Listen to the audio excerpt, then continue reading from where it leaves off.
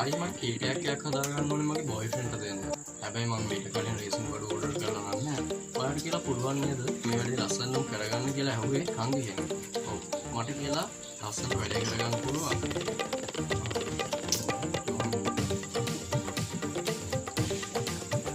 මම හදන දේ මට ලස්සන නම් මම ඒක කවදාවත් ඔයාලට බාර දෙන්නේ නැහැ. ඉතින් අපි බලමු ඒ නංගිගේ ඕඩර් එක කොහොමද වෙන්නේ.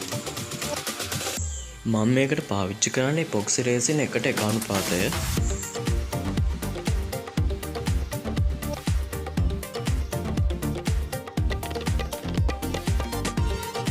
හරියටම විනාඩි 5ක් අපි මික්ස් කරන්න ඕනේ.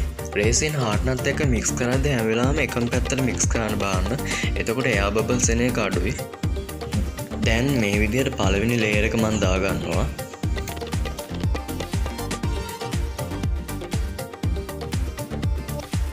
මේ තියෙන හරියටම පැය 7කට පස්සේ මම නේම් එක ඇඩ් කරලා ග්ලිටර්ස් ටික දාගන්න වෙලාව.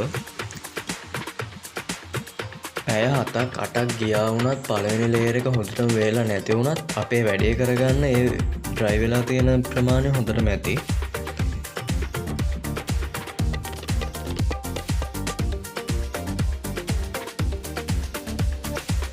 මේ කීටැග් එක හදන්න බාර දුන්නු නංගි කිව්වේ එයාගේ කොරියාවේ ඉන්න බොයිෆ්‍රෙන්ඩ් යවන්න තමයි මගෙන් මේ කීටැග් එක හදාගන්න කියලා.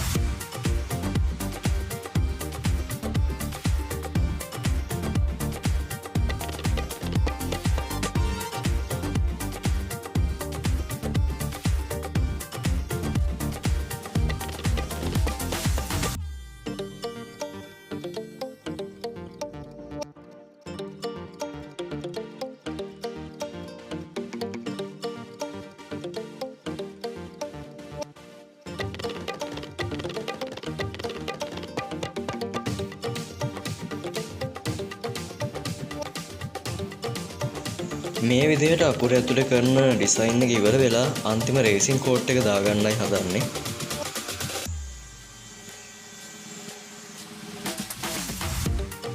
මේ කීටැග් එක හදන්න බාර දුන්නු නංගි කිව්වා තව මේකට හાર્ට් එකක් ඕනි කියලා.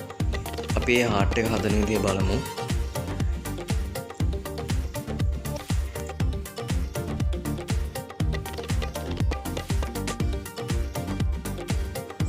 මේ හાર્ට් එක හදන්න මම මෝල්ඩ් එකක් පාවිච්චි කරන්නේ නැහැ.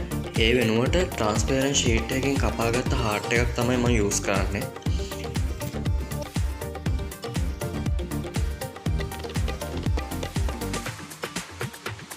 හાર્ට් එකේ වැඩ ඉවර කරන ටික මේ වීඩියෝ එකේ නෑ. මේ තියෙන්නේ පැය 24කට පස්සේ අන්මෝල්ඩ් කරගන්න අපේ අකුර. බලන්නකෝ අවසන් ප්‍රතිඵලය ලස්සනයිද කියලා. ලස්සනයි නම් අනිවාර්යෙන් කමෙන්ට් එකක් දාගෙන යන්න අමතක කරන්න එපා. මාව සබ්ස්ක්‍රයිබ් කරන්න කියලා ඔයාලගෙන් ආදරෙන් ඉල්ලනවා.